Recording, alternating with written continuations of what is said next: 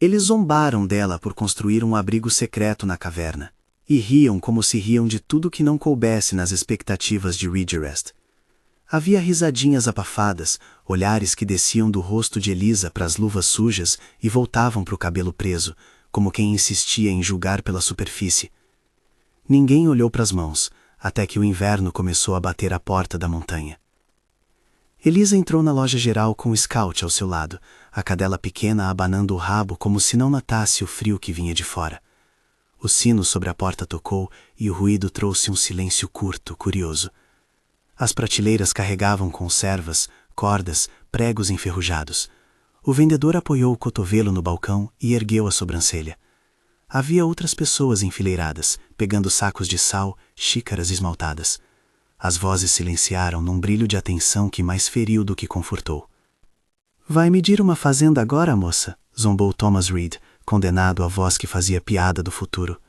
Ele apontou para a trilha que descera da serra, para o chapéu largo de Elisa. "Ou quer mais uma peça de roupa nova?" Elisa não sorriu. Ela queria apenas registrar seu nome como dona do pedaço de encosta junto à garganta da pedra, reivindicar o homestead que imaginara com tanta clareza nas noites solitárias ao reler cadernos do pai. Falou com voz curta e firme. Tinha na fala a economia de quem se acostumou a explicar o óbvio. "Vou ocupar a cota do terreno acima do riacho. O registro está no formulário?" ela perguntou, puxando a folha do bolso. As letras do cartório pareciam pequenas diante das reações. Martha Jennings e Margaret Cole cochicharam entre si. Os olhares assentiam uma pergunta não falada. Por que uma jovem bonita escolheria cavar pedra quando poderia conseguir casamento ou simpatia dos vizinhos? Ridgerest já havia decidido. Scout roçou-se nas pernas de Elisa e cheirou o chão como se dissesse que tudo aquilo não era mais relevante do que uma trilha recém-aberta. Elisa acertou a bainha da saia e deixou o papel com o escrivão. Enquanto ele rabiscava e carimbava, as conversas voltaram, mais agudas, menos discretas, sobre a mulher da caverna e qual seria a razão de tanta teimosia. Na saída, um velho aproximou-se, cabeça baixa e dedos manchados de graxa. Ele a olhou com um fio de pena e outro de curiosidade. "Cuidar de pedra não é igual cuidar de gente", murmurou, "mas a terra tem sua prudência. Boa sorte, menina." Elisa apenas inclinou a cabeça. Em seu peito, pensamentos voltavam ao pai como ondas. O rosto dele aparecia sempre em seus silêncios. Um homem curvado sobre mapas, mãos cheias de manchas de minério. Voz que explicara a diferença entre um veio que valia a pena e uma fratura perigosa. Ele havia ensinado-lhe a ler a pele da montanha. Antes de morrer, deixara-lhe livros, esquemas, algumas ferramentas. A morte chegara como chega a febre, rápida, sem explicação, deixando apenas o trabalho de reconstruir o que se quebrara. Quando deixou a vila, poucos acreditaram que ela permaneceria. Achavam que a beleza lhe abriria portas. Não imaginaram que ela preferira uma entrada escura na rocha, um abrigo secreto diante do vento. Ridgerest preferira rir, e foi assim que a promessa do título começou a se desenrolar. Eles zombaram dela. Ela, por sua vez, aprendeu a trabalhar com o silêncio. Algumas noites antes da saída definitiva, Elisa sentou-se à mesa do quarto emprestado onde dormira as primeiras semanas, folheando as páginas do caderno do pai à luz de um lampião de óleo. Havia notas sobre ventilação, desenhos de chaminés primitivas, observações sobre o comportamento do ar quente no interior de uma cavidade. Suas mãos iam seguindo as linhas com carinho. Às vezes ela repetia em voz baixa as frases que ele usara para que gravassem no corpo. "Calor sobe, Elisa. Pedra guarda, pedra solta. Observe antes de forçar." Nessas memórias, Scout dormia enrolada aos pés da cama, ocasionalmente gemendo ao sonhar. O cão era mais do que companhia, era testemunha e sentinela. Nas manhãs que antecederam a partida, Elisa embalou o pouco que tinha: um cobertor grosso, um pequeno saco de açúcar, uma manta de lã, o machado do pai com cabo remendado, e deixou Ridgerest com o queixo erguido e as bocas dos vizinhos cheias de comentários. A trilha até a boca da montanha era uma linha de saliências e passos. A serra recortava o céu. Elisa andou com a cadela à frente, sentindo a textura da trilha sobre as solas das botas. Quando o Scout fanejou a primeira entrada, Elisa soube que o lugar passava de promissor a possível. O buraco na rocha não era um furo forçado, parecia uma fresta tratada pelos séculos, um vão com o sopro do vento entrando e saindo, como se a montanha respirasse. No alto, uma linha de pedra formava uma espécie de beiral. Abaixo, uma câmara baixa se abria em trechos, com pequenas estalactites de sujeira e filtrações. Elisa acendeu uma tocha curta, um pedaço de pano encharcado em óleo amarrado a um galho, e entrou. Scout farejou cada canto, erguendo o pelo. A luz da tocha riscou as paredes e iluminou um chão de seixos. A câmara cheirava a terra úmida, a raiz e a pedra. Havia silêncio completo depois do ranger da porta, um silêncio que não pedia permissão para ser ouvido. Ela passou a mão pelo interior da rocha. A superfície era ao mesmo tempo áspera e trabalhável, não uma rocha friável que se desfaria ao primeiro golpe, nem uma muralha tão dura que exigisse explosivos. Bastaria esforço, técnica e paciência. Do lado de fora, o vento batia e cantava, e Elisa imaginou que aquele barulho seria uma companhia constante nas noites a vir. As primeiras semanas foram uma sequência de dias iguais na aparência, imensas na fadiga. Elisa trabalhava com uma picareta emprestada, uma pá, uma barra de ferro. Cada golpe era medido, cada lasca arrancada representava cálculo e experiência herdada. Ela aprendera a escutar a pedra, o som que mudava quando a camada era mais fácil, a resistência que prenunciava uma camada de cascalho. O machado do pai a ajudou a entalhar pequenas prateleiras na rocha para guardar potes. A primeira cama foi uma saliência esculpida, coberta por fardos de palha e peles. As mãos contavam a história que a face de Ridgerest não via. Calos cresceram nas palmas e buracos feitos por pregos antigos marcaram as pontas dos dedos. As unhas guardavam pó escuro que nenhum banho rápido poderia tirar. Quando fechava os olhos, Elisa via as marcas como medalhas. Scout roçava-se nelas como quem sabe que a afeição passa também pelas marcas do labor. Houve noites de pequenos triunfos que pareciam grandes. A primeira lareira que fez contra a parede interna foi um desses momentos. Em vez de construir uma lareira convencional, impossível numa câmara de pedra sem uma chaminé natural, ela resolveu aproveitar uma fratura vertical que cortava a rocha como um duto. O princípio era simples. O fogo aqueceria o ar da câmara, o ar quente subiria e sairia pelo duto, puxando o ar frio da boca da caverna. Para isso, precisaria garantir que a entrada do duto ficasse acima do nível do fogo e que o corpo da lareira tivesse massa térmica suficiente para reter e irradiar calor. Ela juntou pedras planas e as assentou com argamassa feita de pó de rocha misturado a barro úmido e gordura de carne usada nas horas de escassez. Cada pedra era posicionada como quem compõe um quebra-cabeça, observando linhas de tensão, testando a estabilidade. No fundo da lareira, uma sovela de ferro antigo, resgatado de um armazém esquecido, serviu de base. Fez um pequeno arranjo de pedras que, quando o fogo pegasse, ergueria uma antecâmara, por onde as brasas não tocariam a rocha de forma direta, evitando trincas devido a choque térmico. O primeiro teste de fumaça foi um exercício de ansiedade. Ela acendeu um fogo pequeno, observou a fumaça e esperou o velho instinto do pai, dizendo que o sopro valia mais que o embuste. A fumaça sacudiu por um instante, procurando caminho, e depois começou a subir, obediente, para a fresta que ela escolhera como chaminé. Elisa sentiu um alívio imperceptível brotar no peito, um alívio que era recompensa do raciocínio bem-sucedido. Ainda assim havia ajuste. Um ventilinho que entrava por uma fissura lateral criava correntes indesejadas, e uma pedra mal assentada fazia um pequeno refluxo. À noite ela cobriu a entrada com uma porta improvisada de madeira, uma lona grossa e uma palhaqueta que vedava sem selar completamente. Precisava de ar fresco, mas não de vento cortante. Enquanto isso, a vida em Ridgerest seguia com a rotina de sempre, com comentários novos. Elisa tinha de ir periodicamente à cidade para comprar pregos, sal, querosene para o lampião e, sobretudo, para buscar informações. Lá dentro, o rumor crescia. Algumas mulheres a evitavam por medo do diferente. Outras, como Sarah Whitfield, olhavam com uma mistura de reprovação e curiosidade. Sarah não zombava alto, mas perguntava alto bastante para que todos ouvissem. Não sente medo de ficar sozinha? E se a montanha cair? E se alguém precisar de ajuda? Elisa respondia com pragmatismo. A caverna não é apenas abrigo, é controle de temperatura. Pedra é resistente, e eu sei o que faço. Houve apropriações de coragem e maldade. Homens ofereciam propostas travestidas de oferta, trabalho, proteção, e Elisa recusou com a mesma franqueza que usara ao registrar o terreno. Ridgerest interpretou isso como mais motivos para a piada. Um grupo de rapazes chegou a apostar quantos dias ela resistiria antes de voltar à vila pedindo abrigo na mesma rua onde as panelas ferviam e as janelas aqueciam. Elisa tinha razões além da teimosia para não ceder. O pai lhe deixara mais do que ferramentas. Ele lhe deixara uma convicção fundamentada. Antes de morrer, ele mostrara-lhe, numa tarde de calor, como a rocha mantinha a temperatura nos porões das antigas minas. Como o ar se colocava em movimento quando encontrava uma saída mais alta.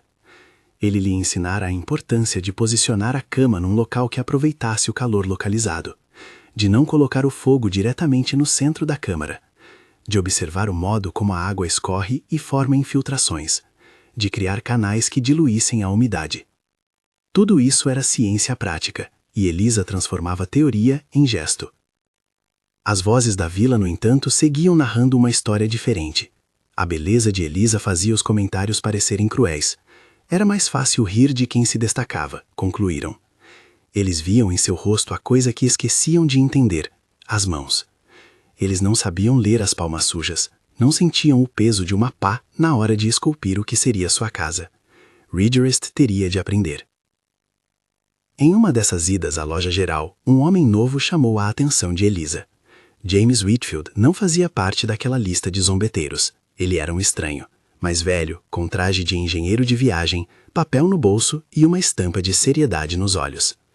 Seus dedos estavam limpos, mãos habituadas a cálculos e pranchetas, não aparentando o trabalho manual que agora enchia a vida de Elisa. Quando o viu, por um instante a vila parecia ouvir menos as piadas. Havia no semblante de James um reconhecimento que não era de surpresa, mas de interesse técnico. Ele não fez barulho, apenas perguntou, como quem busca confirmação de fato. As pedras da encosta costumam manter calor se bem assentadas. Você tem outro plano além de habitá-la? Elisa o respondeu sem cerimônia. Quero viver ali. Quero provar que se entende a pedra, ela dará abrigo. James acenou, não com condescendência, mas com a ponderação de quem mediu a hipótese e não a desprezou. Não seria ele quem mudaria as vozes de Ridgerest naquele momento, mas seu olhar diferente plantou uma semente na vila. Alguém que falava a língua da engenharia e que via na intenção de Elisa uma competência que poderia ser validada. De volta à caverna, a rotina avançava em microssagas. Havia dias de frustração, quando uma chuva fina vazava por uma fenda e encharcava o chão. Dias de satisfação, quando uma nova prateleira suportava o peso dos potes sem rachar. Noites inteiras gastas lendo sob a luz de um lampião a respeito de fricção, condução térmica e estratégias de vedação. Ela aprendeu a usar o barro não apenas como enchimento, mas como massa para assentar pedras, e a prensar musgo e palha entre frestas para bloquear a passagem de vento. Fabricação de móveis únicos era outro exercício. Uma mesa de pedra escavada no próprio leito, bancos talhados de troncos resgatados das sobras de lenha. A presença de Scout transformava a solidão em companhia que não exigia palavras. A cadela latia apenas para os visitantes mais ousados, e às vezes puxava Elisa por uma trilha diferente, como se dissesse que a montanha tinha mais segredos para dar. A cadela também foi a primeira a detectar um pequeno vazamento de gás, talvez causado por um depósito de material orgânico, que Elisa tapou com mistura de barro e carvão. Pequenos acidentes mostravam a necessidade de atenção constante. Os vizinhos voltavam, às vezes com coragem aumentada pela curiosidade. Alguns traziam mantimentos. Outros, mais maldosos, fugiam de volta à vila com histórias alargando o fim dos dedos.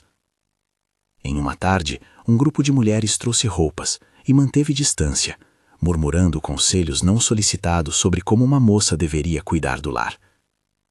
Elisa os recebeu na boca da caverna, mostrando uma parte do interior que já tinha polido com as próprias mãos. Uma área de sentar, um espaço de fumar, as prateleiras de ervas que ela aprendera a armazenar para afugentar umidade e insetos. Não buscou explicações que acalmassem os corações dos outros. Deu informações práticas, como se ensinasse um ofício. Aqui, a cama ficará elevada no lado sul do recanto, ela disse, apontando para uma saliência natural. Assim captará o calor e ficará protegida dos ventos que batem da garganta. Aqui suar na base e deixo sair pela chaminé que formamos na fratura. Não é mágica, é planejamento. Algumas cabeças se ergueram, outras permaneceram baixas. A dúvida começava a plantar um gesto de respeito entre os que testemunhavam algo de novo. Ainda havia zombaria, como se a maldade tivesse formas variadas. Um dia um grupo de jovens veio como se fossem espiar um teatro, gritos, provocações e uma aposta de quantos dias ela duraria. Elisa apenas ergueu a mão, a palma calejada às vistas, e limpou o suor do rosto com o dorso. As pontadas de dor nas mãos de tanto trabalho não tinham espaço para chorar. Eram marcas que contavam que habilidades valiam mais do que rostos arrumados e palavras vazias. Houve também encontros que evidenciaram a fragilidade humana diante do inverno que se aproximava. Uma família que morava mais acima na trilha perdeu a lareira em uma noite de ventos fortes. O fumo invadiu a casa e a mãe quase sufocou antes que vizinhos agissem. Elisa ajudou como pôde, com sacos e cobertores, emprestando conhecimento sobre como redirecionar a fumaça por um pequeno duto improvisado. À noite, sentada em uma rocha junto à fogueira dos ajudados, ela observou a vila de longe, figuras que não a aceitavam, mas que naquela hora dependeram de gestos práticos. O ouro da narrativa era o frio que se aproximava, um animal que cheirava ao verão e vinha com pressa. As nuvens começaram a embranquecer o topo das montanhas, a neve veio em borrões antes do que os mais velhos previam. Ridgerest guardou lenha com mais cuidado, as lojas exibiam mais querosene e há rumores de que o inverno daquele ano poderia ser um dos mais duros vistos. Elisa sentiu o peso dessa expectativa não como medo, mas como a incumbência de provar que seus cálculos funcionavam. Ela redobrou os cuidados com a chaminé, assentou mais pedras, reforçou a antecâmara com uma camada extra de barro e gordura para vedar pequenos caminhos de fumaça. O trabalho exigia mais do que força, exigia sentir. Em um desses dias, deixou as mãos no fogo por um segundo a mais do que deveria ao recolocar a chapa de ferro. A pele queimou levemente e o calor atravessou o calo até o osso. Sentia um lampejo de dor e com isso uma certeza antiga. Aprender com o erro era parte do ofício. À medida que a neve ia encobrindo os tops, as vozes de Ridgerest começaram a variar. Alguns ainda zombavam, outros falavam baixo, como se imaginassem o que aconteceria se as lareiras falhassem. James Whitefield reapareceu numa manhã de céu cinzento, trazendo na mão uma pequena prancheta com notas. Ele observou o trabalho de Elisa sem interromper. Ela, que já se acostumara à curiosidade masculina vinda de outros propósitos, guardou um princípio de alerta. James não fazia troça, apenas registrava os detalhes, como se as pedras tivessem valor para ele além da aparência. Sua lareira tem boa massa térmica, disse ele ao fim de alguns minutos. E essa chaminé natural é uma sorte rara. Se o vento não entortar contra o duto, pode ser que consiga manter calor suficiente por dias sem reabastecer tanto lenha. Elisa respondeu com a mesma economia. Planejei para noites longas e temperaturas cortantes. A cama ficará onde a convecção concentra calor. Se tudo correr certo, a câmara ficará confortável mesmo com a tempestade lá fora.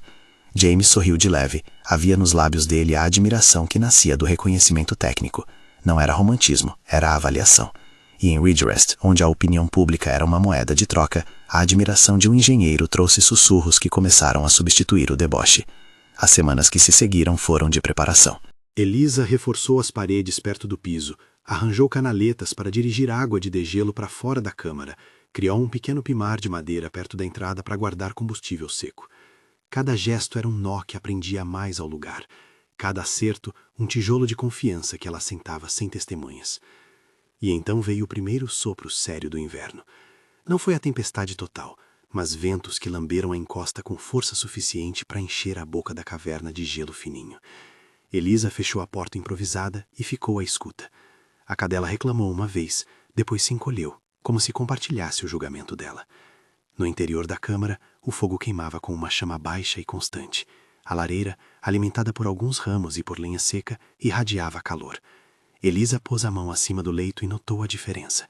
O ar tinha o calor que o pai prometera, quente e concentrado, sem o golpe de corrente que o vento provocava nas casas de Ridgerest.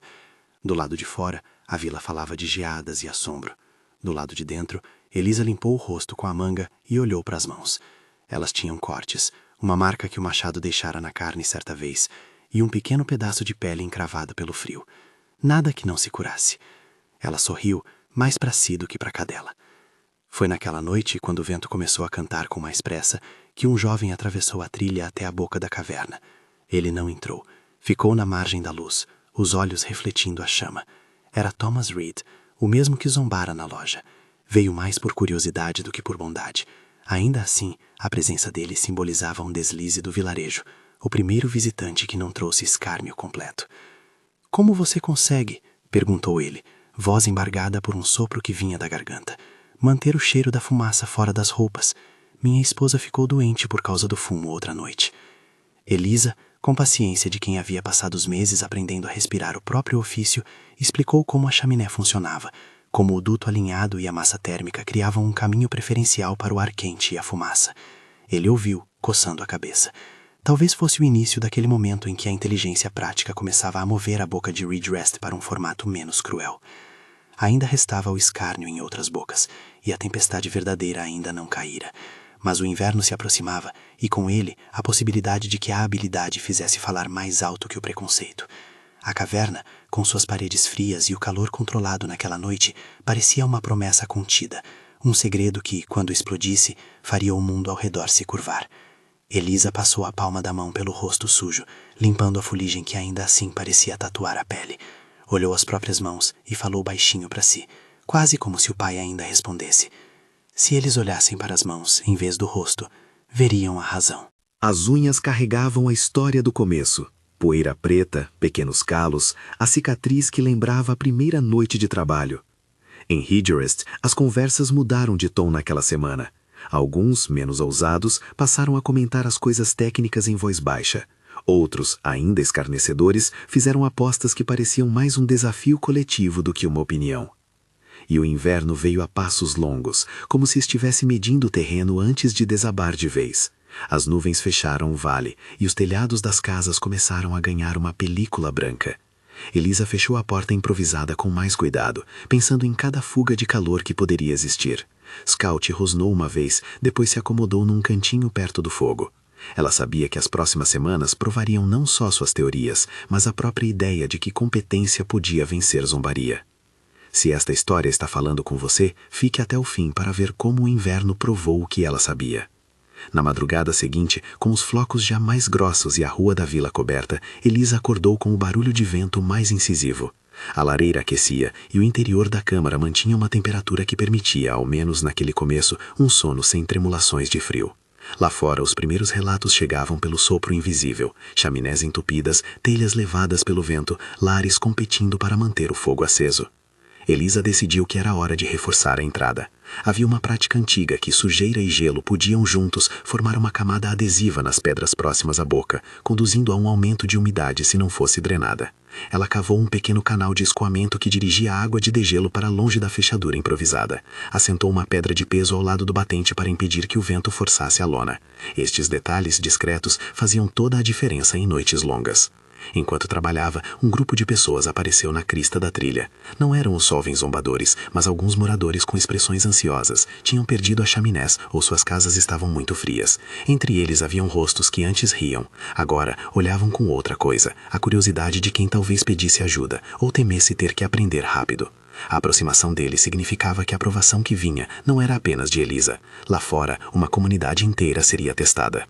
Elisa sabia que a caverna era um experimento em curso. Ainda faltavam noites de prova. Ainda existiam frestas para serem encontradas, ajustes a fazer. Mas ao acender o fogo naquela manhã, havia algo mais. O calor que subia das pedras tinha a paciência do trabalho bem feito. Ela fechou os olhos por um instante, sentiu a fumaça se elevar sem se acumular e tocou novamente nas mãos. Havia orgulho, sim, mas também a consciência de que uma tempestade maior poderia expor qualquer erro. A pergunta que pairava e que fazia a narrativa respirar era simples. Quando o inverno chegasse em toda sua fúria, as risadas de Ridgecrest cessariam e outros aprenderiam, ou a dureza do frio faria ruir as certezas de todos. Elisa pendurou mais peles, assentou pedra por pedra e, com a cabeça erguida, aguardou o momento em que a montanha mostraria se era sábia ou apenas indiferente. A história que começara com zombaria seguia agora pela trilha da prova. As mãos, que tanto os desprezaram ao olhar para o rosto, continuavam a trabalhar, marcando as palmas com histórias que só o tempo e o inverno conheceriam. A primeira tempestade verdadeira ainda não havia desabado com fúria total, mas a mudança no ar era uma promessa que prenunciava acontecimentos de maior peso.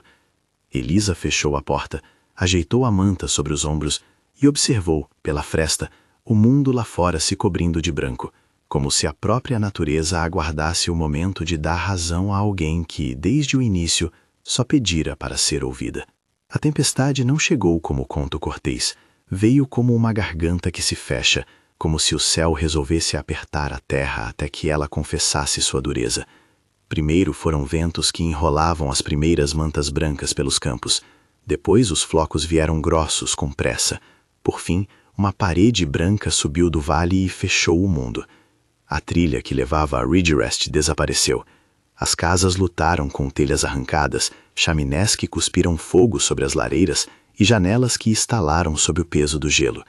Havia um rumor de portas batendo, de telhas rolando como se fossem conchas longe do mar, e o frio, um verbo que mordia tudo o que se deixava tocar.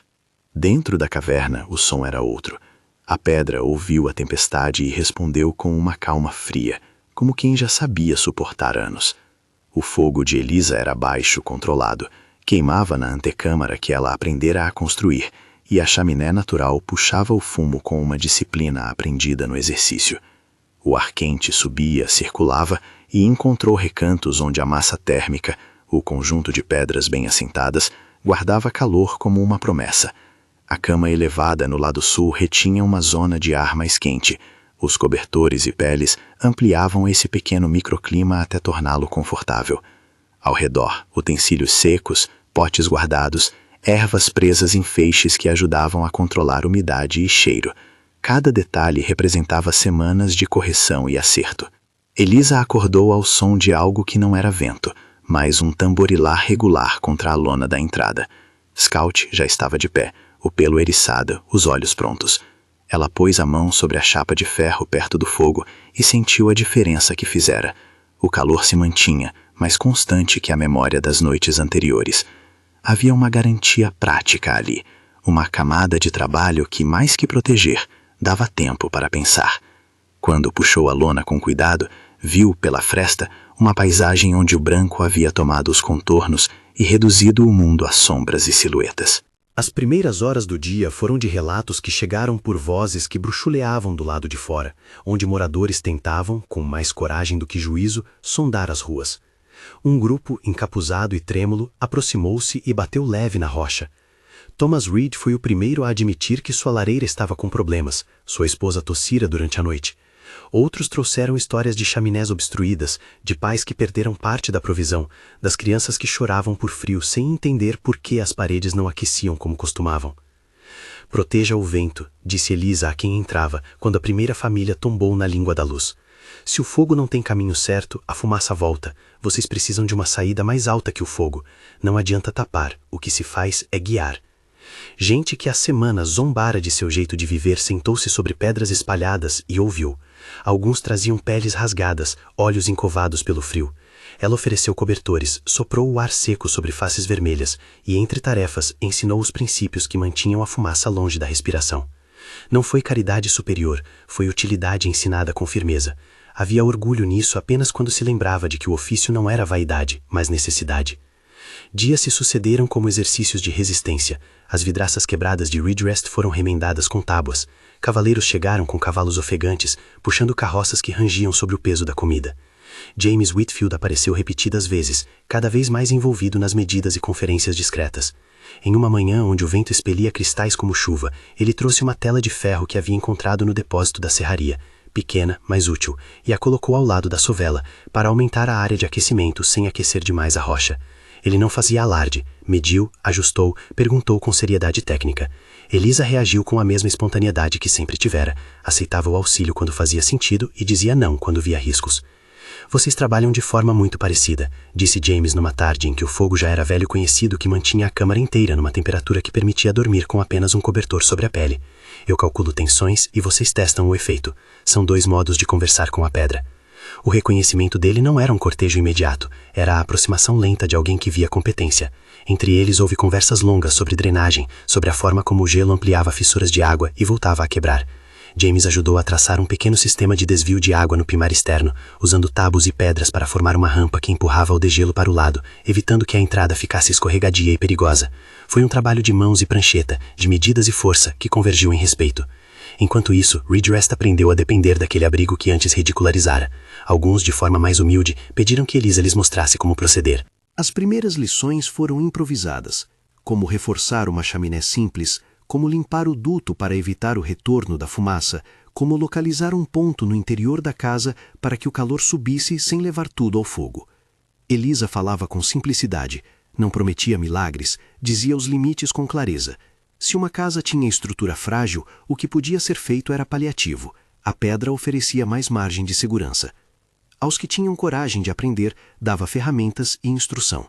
Sarah Whitfield, que antes mantivera a distância, passou a visitá-la frequentemente, trazendo mantimentos e anotando tudo com a seriedade de quem planejava ensinar outras mulheres. O clima social mudava com a mesma lentidão das primeiras fraturas que se tornavam passagens. O riso franco que saía da loja geral foi substituído por cochichos e olhares que buscavam mais informação. Havia vergonha dos que haviam rido sem saber, uma hesitação nova que brotava do reconhecimento de erro. A presença de Elisa, com as mãos marcadas e a fala direta, transformou o que era humilhação em lição. A aprovação maior, porém, ainda estava por vir. Uma noite, o vento mudou de rosto e trouxe consigo um branco tão denso que o homem mais velho da vila só viu pelo lampejo que sobrava a silhueta da lua. A blizzard varreu o vale com violência. Em Ridgecrest, as chaminés engasgaram. Em 2 casas, o fogo quase faltou, e na confusão houve entrada de fumaça, que deixou famílias às vias de asfixia. Os desesperos foram muitos e variados. Um telhado cedeu sobre um quarto onde uma criança dormia.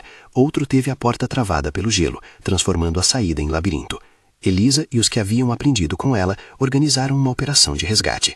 Guiados por cavalos e lanças de madeira que perfuravam a neve, conduziram cobertores e aquecedores improvisados. Não foi um salvamento heróico de cinema, mas um esforço de comunidade aprendendo a cooperar. A caverna, entretanto, permaneceu funcional. Ali o calor se sustentou, o ar circulou e a fumaça não entrou. A diferença entre uma casa mal posicionada e a câmara bem desenhada tornou-se visível em poucas horas. Pessoas que chegaram sem sentir os ossos aqueceram. Crianças congeladas encontraram calor suficiente para retomar o riso. Ridgecrest, em seu conjunto fragilizado, começou a ter olhos para outro tipo de valor. A zombaria enfraqueceu como a luz que não encontra fenda para atravessar. Houve perdas que não se contavam em exagero. A dureza do inverno cobrou seu preço. Alguns que viviam em casas isoladas não conseguiram ser alcançados a tempo. Elisa soube de mortes por circunstância, uma vela caída, uma lareira que sufocou a casa, e sentiu o peso de cada notícia como uma responsabilidade coletiva. Ela não permitiu que a tragédia se transformasse em rancor. Falou sobre prevenção, sobre saber quando era seguro manter o fogo e quando a chaminé precisava de cuidados.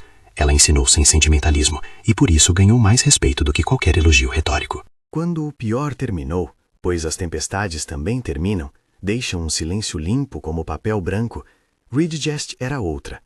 O vento limpou a paisagem, mas deixou marcas de trabalho e aprendizado. Pessoas vieram à entrada da caverna não mais como curióis, mas como buscadores de instrução. O que antes fora deboche transformou-se em pedidos de ajuda, como selar frestas, como dispor o leito para aproveitar correntes de convecção, como construir antecâmaras que protegessem a rocha do choque térmico. Elisa respondeu com a generosidade de quem tivera a escola do pai. Marcou dias para ensinar, organizou pequenos grupos e, com James ao lado, passou o conhecimento adiante. James e Elisa tornaram-se parceiros em obra e, por vezes, na vida. Ele aprendeu a calçar pedras e ela aprendeu a interpretar medidas em pranchetas. Nas tardes curtas, quando o sol parecia ficar mais baixo, eles conversavam sobre detalhes que apenas quem ama o trabalho conhece. A importância de uma junta bem feita, o som certo da pedra. Entre projetos e ajustes, a intimidade cresceu com a naturalidade de quem divide tarefas e vê no outro a mesma fome por domínio e retidão. Numa manhã de primavera tardia, quando as últimas placas de neve derretiam e o riacho voltou a cantar claro, James levou um pequeno pacote, embrulhado em pano, ao pimar da caverna. Não era grande coisa, um amuleto emprestado de um colar antigo, um pedido simples e sem cerimônia. Ele se ajoelhou não como pedido de posse, mas como proposta de caminhar junto. Quero continuar a medir as coisas com você, disse ele com a voz que conhecia a seriedade da rocha. E aprender o que você sabe. Se aceitar, vamos dividir a rotina. Pranchetas, picaretas, decisões. Elisa sorriu de uma maneira que não era enfeite. As mãos, sujas de lama e ainda com calos recentes, estenderam-se. Este casamento não foi um acontecimento decorado. Foi tranquilidade que cresceu de reconhecimento. O enlace foi simples. Uma bênção na boca da caverna. 2 ou 3 testemunhas. O som de Scout latindo como se aprovasse. Ridgest, que agora via as mãos de Elisa com outros olhos, compareceu com um tímido aplauso. A vida após o casamento seguiu com a mesma cadência de trabalho e aprendizado. James estabeleceu-se como complemento técnico, desenhando pequenas melhorias. Elisa manteve a autoridade sobre a prática, a mão que conhecia a textura da pedra. Juntos não apagaram o passado, mas o integraram. Fundaram um pequeno lugar de encontro, onde, em tardes curtas, mulheres e homens aprendiam a vedar chaminés, construir antecâmaras e preparar lenha para que durasse mais. Sarah Whitfield tornou-se uma instrutora respeitada. A vila entendeu, aos poucos, que a sorte social de alguém não devia ser medida pela aparência. As estações passaram. Houve filhos, 3 ao todo, que aprenderam a contar calor e medir o vento como se fosse brincadeira. As mãos de Elisa, que tanto tinham trabalhado, marcaram-se com mais histórias. Uma cicatriz antiga que lembrava a primeira frustração com a pedra, calos que se tornaram quase ternura. Scout envelheceu, perdeu um pouco da vivacidade nos olhos e, numa tarde em que o sol aquecia o Pimar, adormeceu ao pé da entrada. Seu enterro foi simples. A cadela coberta por pedras pequenas que James e as crianças colocaram com respeito. Ridgest enviou uma fita de tecido. Havia ali, na morte de um animal fiel, a confirmação de que o laço entre Elisa e a comunidade se tornara firme. O lugar que começara como a caverna da moça transformou-se com o tempo em referência. Pessoas que passaram a vida em outras encostas vinham buscar conselhos. Alguns adaptaram a ideia às suas circunstâncias. Outros perceberam que a câmara não era a solução para tudo, mas uma alternativa quando a geologia permitia. A lição maior foi aquela que Elisa sempre quis ensinar: olhar além do rosto e ver o trabalho. A habilidade, a ciência prática, a paciência e o ensinar foram o que garantiram a sobrevivência de muitos. Ridgest esqueceu as risadas fáceis e passou a celebrar um ofício que há pouco desprezara. No fim de sua vida, Elisa caminhava com passos mais lentos pela trilha que conduzia à caverna. As mãos continuavam marcadas, porém já não carregavam apenas trabalho. Guardavam afeto, histórias e a capacidade de transmitir. Em uma tarde clara de início de outono, ela sentou-se na mesma saliência onde havia esculpido a primeira cama. James e as crianças estavam por perto, e a conversa era leve sobre reparos que a estação pedia. A pedra em volta parecia ter se afeiçoado a eles. Havia nos cantos evidências das lições que ensinaram. Ganchos para pendurar ervas, pequenas prateleiras com potes, marcas que as crianças faziam com carvão para contar passos. Quando Elisa morreu, já idosa, não houve pompa. O enterro foi junto à trilha, onde as pessoas que salvaram e que ela ensinara prestaram honra simples. James, com as mãos tão marcadas quanto as dela, depositou na sepultura um pedaço de pedra polida que ela mesma havia trabalhado décadas antes. As crianças cresceram e tomaram para si tarefas que mantiveram vivo o que aprenderam: o cuidado com a chaminé, a fala com a pedra. Ridgest manteve o lugar em memória, não como um monumento de vaidade, mas como prova de que a experiência e o suor valem mais que as primeiras impressões. Décadas depois, a caverna ainda existia, com as prateleiras gastas e a lareira que James e Elisa haviam aperfeiçoado. Visitantes vinham em passeios que então se chamavam estudos. Eles rondavam a boca da caverna, olhavam para as mãos esculpidas em madeira e pedra que serviam de amostra. Liam os registros de como as chaminés foram consertadas. Havia uma placa simples, colocada pelos netos de Elisa, que dizia algo como: aqui se aprendeu a olhar para as mãos. Cada visitante que tocava a rocha sentia por um instante a presença do trabalho. Em seus últimos anos, as histórias contadas em Ridgest mudaram de protagonista. Não se tratava mais de uma rapariga que desafia o lugar por capricho. Tornou-se a narrativa de alguém cujo conhecimento transformara a comunidade. Os que um dia riram, agora apontavam para as mãos, para as marcas que já não eram apenas sujeira, mas história escrita em pele. Elisa vira, ao fim, o que dissera naquela pequena fala antes da tempestade. Se tivessem visto as mãos, teriam visto a razão. O legado não deixou de ser prático. As gerações seguintes herdaram o ofício e o espalharam. As lições se transformaram em hábitos. Inspecionar chaminés antes do inverno, pensar a cama em relação às correntes de ar, construir antecâmaras que protegessem a pedra do choque térmico. Ridgerest aprendeu que ouvir vale mais do que rir. E, nas noites de inverno, crianças corriam pela trilha até a boca da caverna, onde, junto ao fogo que aprenderam a manter, ouviam histórias sobre uma mulher que levou um machado, um livro e um cachorro, e fez da montanha um lar. Se esta história tocou você de algum modo, compartilhe com alguém que precisa ouvir como competência muda destinos. Comente qual habilidade as suas mãos já mostraram ao mundo. Inscreva-se para ouvir outras histórias de gente que calçou as botas e mudou o que parecia impossível. Ao final, quando os visitantes se foram e a caverna ficou em seu silêncio habitual, a pedra conservou o calor por mais uma noite.